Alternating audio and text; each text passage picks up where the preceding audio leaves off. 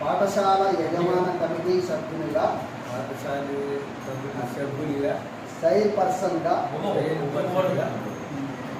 పాఠశాల అభివృద్ధికి అనగా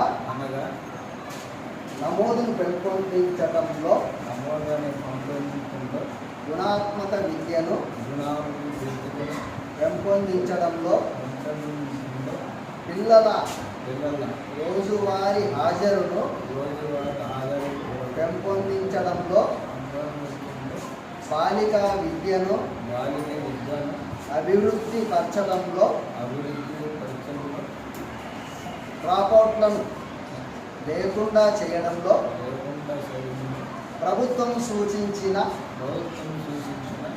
వివిధ పాఠశాల కార్యక్రమాలను